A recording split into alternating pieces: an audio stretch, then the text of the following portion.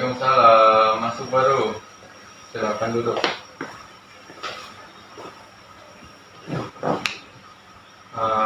Baru sudah tahu kenapa kamu Bapak panggil untuk menghadap Bapak? Iya Pak, karena saya butuh tugas. Menurutmu apa yang kamu lakukan ini benar atau salah? Salah Pak, saya mohon maaf. Iya, nggak apa-apa. Semua orang itu pasti pernah melakukan kesalahan. Kalau boleh tahu, sebenarnya apa sih yang menjadi alasan baru kenapa belum mengumpulkan tugas? Saya di rumah selalu membantu orang tua saya. Saya diminta untuk menjaga adik-adik saya dan menguruskan rumah. Wah, bagus sekali sikapmu itu. Kamu telah berbakti kepada orang tua. Nah, kamu patut mempertahankan itu. Tetapi, kamu juga harus menambahkan sikap baik yang lainnya. Baik Pak. Kamu masih ingat tidak baru? Apa nilai-nilai keyakinan kelas kita? Disiplin, jujur, dan menghargai orang lain. Oke, kira-kira nilai keyakinan yang telah kamu langgar itu nilai yang mana? Disiplin Pak, karena saya sering bekerja. Mau tidak kamu untuk memperbaikinya? Iya Pak, saya akan menyelesaikan tugas-tugas yang belum selesai dan di tugas-tugas selanjutnya saya akan mengerjakannya dengan tepat waktu. Oke, Bapak tunggu ya nanti tugasnya. Bagaimana dengan tugas-tugas dari mata pelajaran yang lainnya? Ya Pak, saya akan mengerjakan tugas-tugas dari Bapak dan dari guru-guru lain dengan tepat waktu. Oke. Bapak yakin kamu akan menyelesaikannya, dan jika kamu tetap mempertahankan nilai-nilai seperti disiplin, jujur, dan menghormati orang lain, Bapak yakin nanti kamu akan meraih kesuksesan. Dan Bapak selalu berdoa supaya kamu dapat meraih cita-cita yang telah kamu impikan. Amin. Oke, sekarang boleh kamu pulang untuk melanjutkan tugas-tugas yang belum kamu selesaikan. Ya Pak, saya pamit. Assalamualaikum. Waalaikumsalam warahmatullahi wabarakatuh. Ya, sekarang pelajaran bahasa Inggris kan? Iya, Miss Gina berangkat nggak ya? Nggak tahu. Berarti itu siapa? Iya.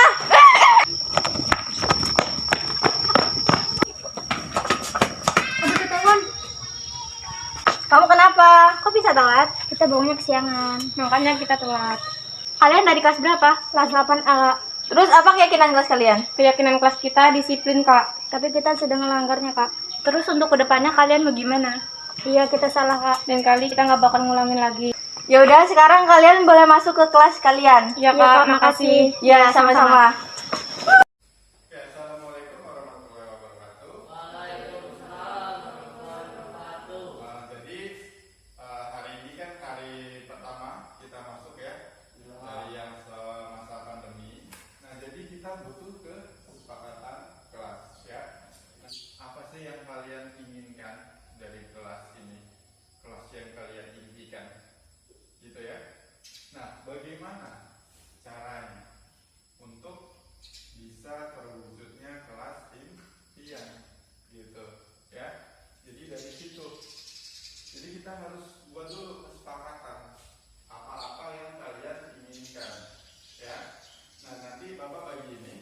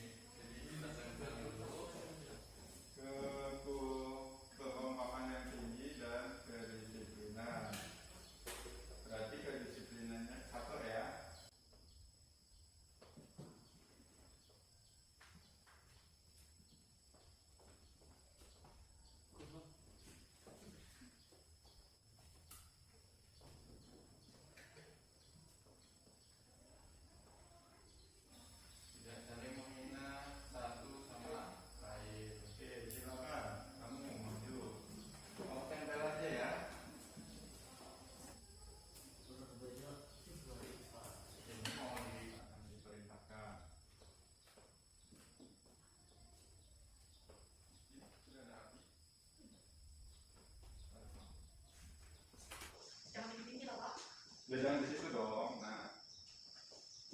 Gitu. Ya. Ya.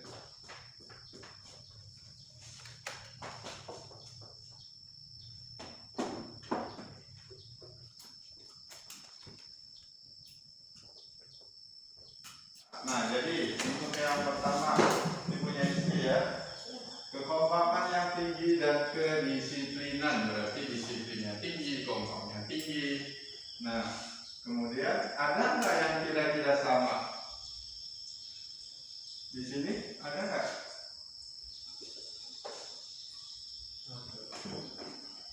Ada? Menghargai pendapat orang lain. Oke, berarti yang pertama kita harus apa? Kompak dan disiplin. Oke, bagaimana? Yang lain setuju? Setuju ya? Berarti harus kompak dan disiplin. Kompaknya itu bukan kompak kalau misalnya kalian satu nggak masuk semua. Kalau satu nggak ngerjain PR semua, bukan seperti itu ya. Jadi ketika kita belajar itu harus kompak semua. Artinya ya jangan berisik, jangan segalanya. Terus kalau misalnya kita lagi kegiatan di luar kelas, nah itu kalau kalian bersih itu ya bersih semua. Jangan ada yang nyapu, ada yang duduk aja, ada yang minum es. Melaksanakan piket sesuai jadwal. Yang ketiga kita buat yang mana? Oke, ini melaksanakan piket sesuai jadwal. Setuju? Setuju ya? Oke, kemudian tidak saling menghina satu sama lain. Ada menghargai pendapat orang lain. Jadi yang ketiga itu apa? Iya, menghargai dan menghormati. Hormati apa? Satu sama lain.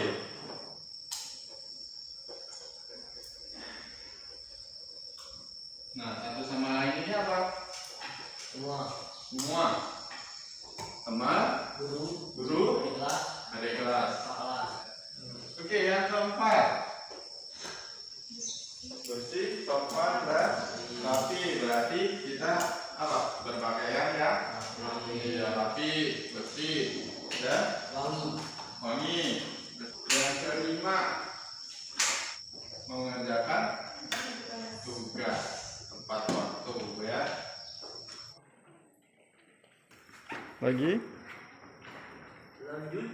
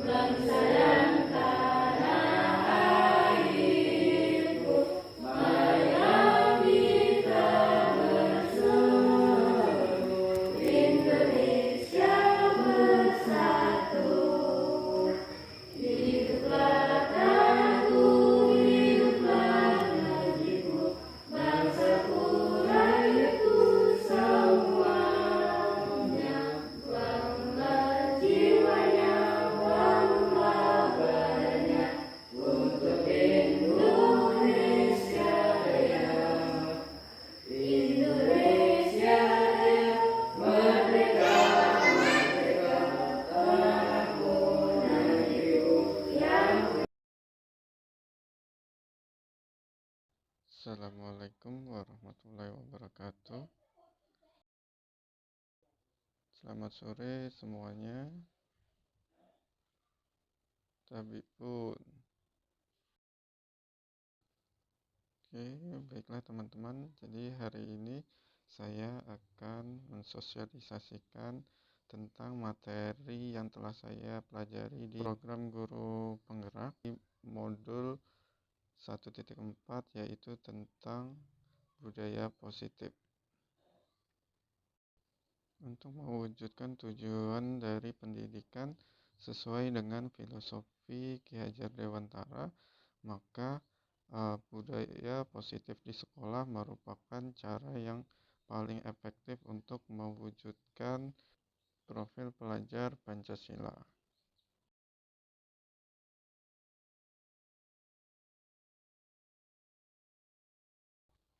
Budaya positif. Jadi yang akan kita pelajari yaitu pertama perubahan paradigma dan teori kontrol, yang kedua keyakinan kelas, yang ketiga pemenuhan kebutuhan dasar, yang keempat yaitu 5 posisi kontrol dan segitiga restitusi.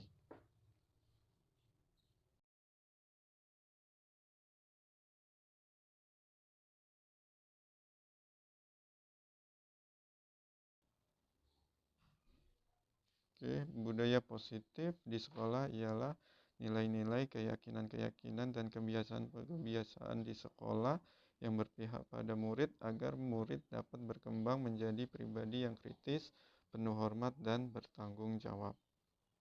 Jadi, budaya positif itu merupakan kebiasaan-kebiasaan atau nilai-nilai yang akan kita tanamkan di sekolah untuk mewujudkan profil pelajar Pancasila di sekolah kita.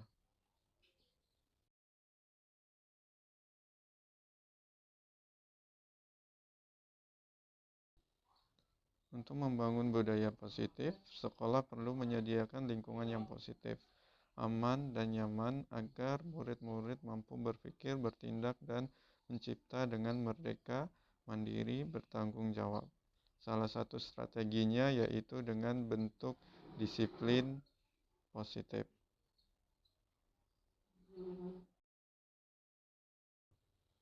Selanjutnya, 3 alasan motivasi perilaku manusia untuk melakukan disiplin positif atau mematuhi peraturan yang diberlakukan.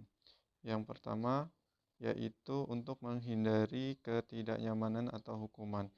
Jadi, di sini siswa akan melaksanakan peraturan-peraturan yang ada itu hanya untuk menghindari ketidaknyamanan atau hukuman yang telah diterapkan di sekolah kita. Artinya, ketika tidak ada guru yang mengawasi, ia bisa saja melanggar peraturan yang diterapkan di sekolah tersebut. Yang kedua, untuk mendapatkan imbalan atau penghargaan dari orang lain. Di sini siswa akan melaksanakan atau mematuhi peraturan yang ada di sekolah hanya untuk mendapatkan pujian atau penghargaan dari orang lain, khususnya yaitu guru. Jadi ketika tidak ada perhatian atau pujian yang diberikan oleh guru atau teman-temannya, maka motivasi ia untuk menaati peraturan akan berkurang ataupun hilang. Kedua, motivasi ini merupakan motivasi eksternal. Motivasi yang ketiga yaitu untuk menjadi orang yang mereka inginkan dan menghargai dirinya sendiri dengan nilai-nilai yang mereka percaya. di sini merupakan motivasi yang timbul dari dalam diri mereka sendiri. Mereka tidak membutuhkan penghargaan ataupun tidak ingin menghindari ketidaknyamanan, karena motivasi disiplinnya itu timbul dari dalam dirinya sendiri. Motivasi ini lebih baik daripada kedua motivasi sebelumnya. Selanjutnya kita akan mempelajari tentang perubahan paradigma. Di sini terjadi miskonsepsi tentang kontrol kita di sekolah, yaitu yang pertama, ilusi bahwa guru dapat mengontrol murid. Pada kenyataannya, guru tidak dapat mengontrol diri siswa, hanya murid yang mengizinkan dirinya untuk dikontrol oleh guru.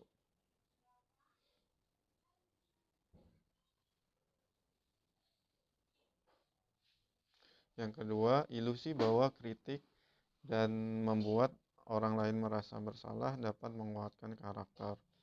Pada kenyataannya, bahwa kritik atau membuat orang lain merasa bersalah itu justru dapat melemahkan karakter dari siswa tersebut. Yang ketiga yaitu ilusi bahwa semua penguatan positif, efektif, dan bermanfaat. Pada kenyataannya, beberapa penguatan positif justru dapat membuat siswa menjadi lebih tergantung kepada guru tersebut. Yang keempat, ilusi bahwa orang dewasa memiliki hak untuk memaksa. Pada kenyataannya, tidak ada yang berhak untuk memaksa orang lain melakukan sesuatu, karena setiap manusia mempunyai kemerdekaannya masing-masing. Untuk lebih memahaminya, kita akan mempelajari tentang stimulus respon lawan teori kontrol. Stimulus respon lawan teori kontrol, pandangan tentang dunia. Jadi stimulus respon, realitas kebutuhan kita itu sama. Pada kenyataannya realitas atau kebutuhan kita itu berbeda. Yang kedua, semua orang melihat hal yang sama. Pada kenyataannya setiap orang memiliki gambaran yang berbeda. Yang ketiga, kita mencoba mengubah orang agar berpandangan sama dengan kita. Kenyataannya kita berusaha memahami pandangan orang lain tentang dunia. Yang keempat, perilaku buruk dilihat sebagai suatu kesalahan. Kenyataannya semua perilaku memiliki tujuan. Yang keempat, orang lain bisa mengontrol saya. Pada kenyataannya hanya Anda yang bisa mengontrol diri Anda. Yang kelima, saya bisa mengontrol orang lain. Kenyataannya Anda tidak bisa mengontrol orang lain. Yang keenam, pemaksaan ada pada saat bujukan gagal. Dan kenyataannya kolaborasi dan konsensus menciptakan pilihan-pilihan baru. Yang ketujuh, model pikiran menang kalah. Pada kenyataan model berpikir menang-menang atau win-win solution.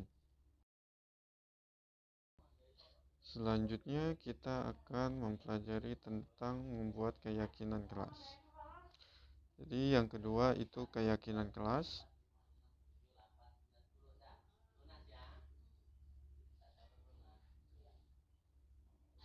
Oke, pembentukan keyakinan kelas.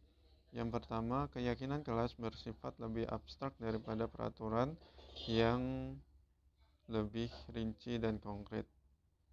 Yang kedua, keyakinan kelas berupa pernyataan-pernyataan universal atau pernyataan umum. Yang ketiga, pernyataan keyakinan kelas senantiasa dibuat dalam bentuk positif. Yang keempat, keyakinan kelas hendaknya tidak terlalu banyak sehingga mudah diingat dan dipahami oleh semua warga kelas.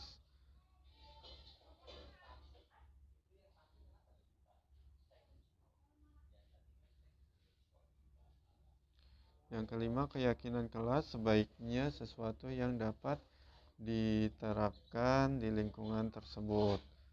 Jadi keyakinan kelas itu sesuai dengan lingkungan yang ada di sekolah.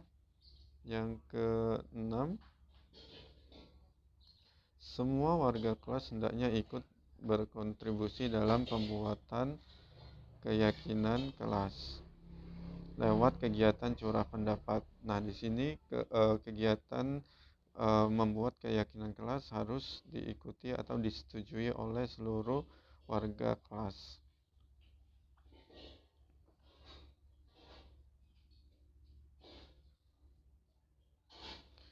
Yang ketujuh, bersedia meninjau kembali keyakinan kelas dari waktu ke waktu. Di sini kita sebagai guru dapat mengubah keyakinan-keyakinan yang telah dijalani. Yang ketiga, pemenuhan kebutuhan dasar. Jadi terdapat 5 kebutuhan dasar manusia yang harus dipenuhi. 5 kebutuhan dasar manusia tersebut yaitu pertama, bertahan hidup, yaitu kebutuhan yang bersifat fisiologis untuk bertahan hidup, misalnya kesehatan, rumah, dan makanan. Komponen psikologis pada kebutuhan ini meliputi kebutuhan akan perasaan aman. Yang kedua, cinta dan kasih sayang. Kebutuhan untuk mencintai, memberi, dan menerima kasih sayang, dan kebutuhan untuk menerima merasa menjadi bagian dari suatu kelompok serta keinginan untuk tetap terhubung dengan orang lain. Yang ketiga, penguasaan atau pengakuan.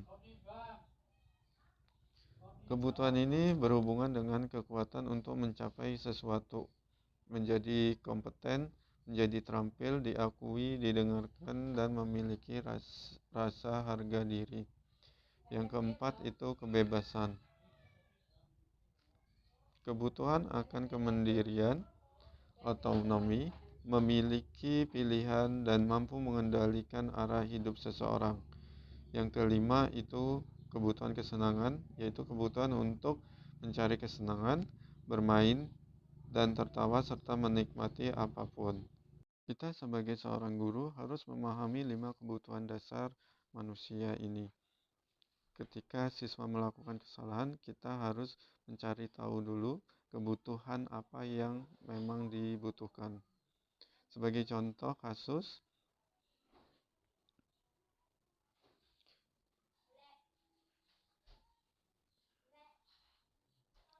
yaitu Ibu Ambar, guru wali kelas 2A di SD Pelita Hati, sedang bingung menghadapi ulah salah satu murid di kelasnya, yaitu Doni. Beberapa anak di kelas 2A telah datang padanya dan mengeluh Doni yang seringkali meminta bekal makan siang mereka dengan paksa. Jika Anda menghadapi situasi seperti Ibu Ambar, apa yang akan Anda lakukan? Menurut Anda, kira-kira alasan Doni melakukan hal tersebut. Jadi dari kasus ini si Doni itu melakukan kesalahan, yaitu meminta makanan kepada temannya dengan paksa. Nah, di sini ketika kita mendapat laporan dari siswa, maka tindakan yang akan kita lakukan itu tidak langsung menghukum, tetapi kita akan menanyakan alasan mengapa Doni melakukan hal tersebut. Nah, dari situ kita dapat mencari kebutuhan apa yang memang kurang dari diri Doni. Misalnya, ketika kita menanyakan kepada Doni mengapa Doni melakukan hal tersebut, kemudian ia menjawab karena dia lapar belum makan, maka kebutuhan yang perlu dipenuhi oleh Doni yaitu kebutuhan bertahan hidup. Apabila jawaban Doni hanya senang melihat teman-temannya itu marah-marah kepadanya, maka kebutuhan yang ingin dipenuhi yaitu kesenangan. Selanjutnya yang keempat yaitu 5 posisi kontrol.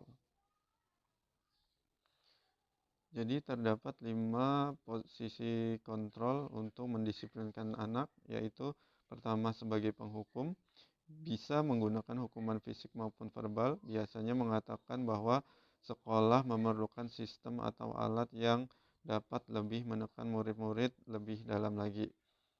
Nah, di sini guru akan langsung menghukum siswa baik fisik maupun kata-kata ketika melakukan sebuah pelanggaran ataupun kesalahan.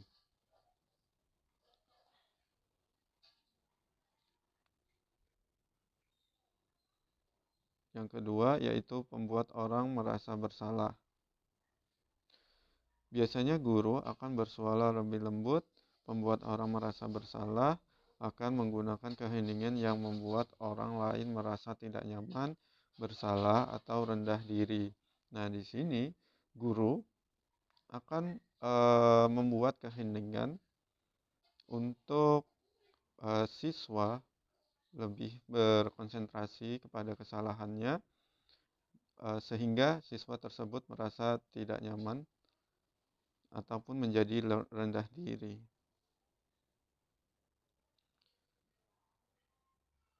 Posisi yang ketiga yaitu sebagai teman. Posisi ini tidak akan menyakiti murid, namun akan tetap berupaya mengontrol murid melalui persuasi. Di sini siswa itu dianggap sebagai teman. Jadi ketika siswa melakukan kesalahan, guru dapat memperbaikinya dengan posisi sebagai teman, seperti contoh kalimatnya, ayolah demi Bapak.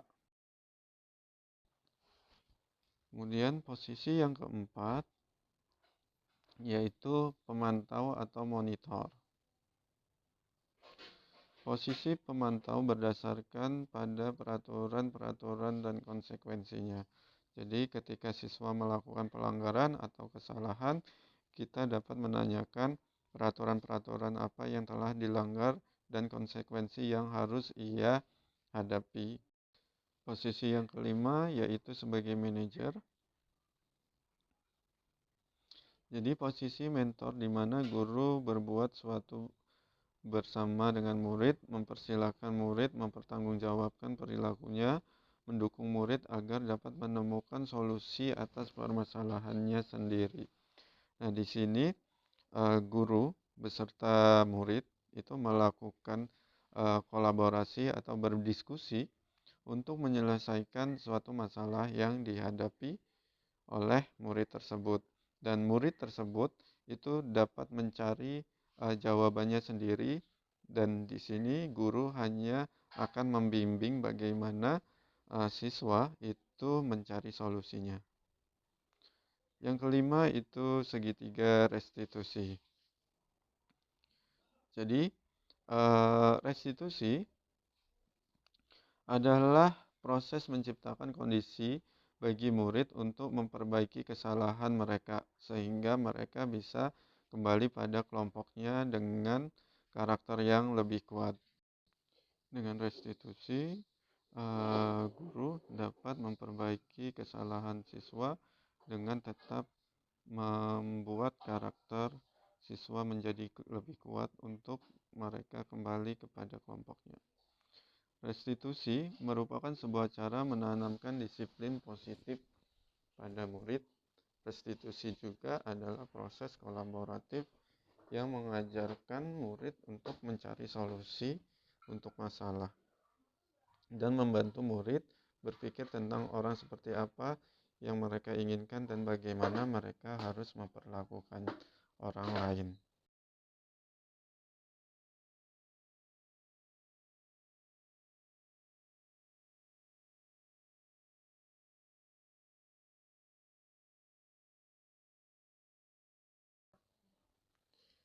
Segitiga restitusi.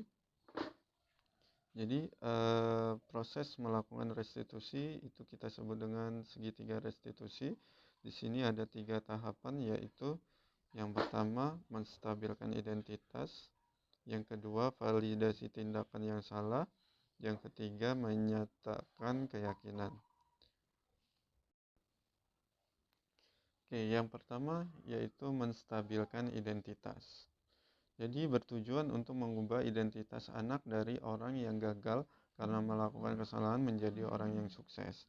Nah, di sini biasanya pertanyaan-pertanyaan yang diajukan kepada murid yaitu Setiap orang pasti pernah melakukan salah. Tidak ada manusia yang sempurna. Kamu bukan satu-satunya yang pernah melakukan ini. Yang kedua, validasi tindakan salah. Menyadari setiap tindakan kita dilakukan dengan suatu tujuan untuk memenuhi kebutuhan. Nah, pertanyaan yang dapat kita ajukan yaitu, kamu pasti punya alasan mengapa melakukan hal itu. Kamu boleh mempertahankan sikap itu, tapi kamu harus menambahkan sikap yang baru. Yang ketiga, menanyakan keyakinan. Berusaha untuk menumbuhkan motivasi internal dengan menanyakan nilai-nilai baik yang ia percayai. Jadi pertanyaan atau pernyataan yang biasa diutarakan yaitu, apa yang kita percaya sebagai kelas?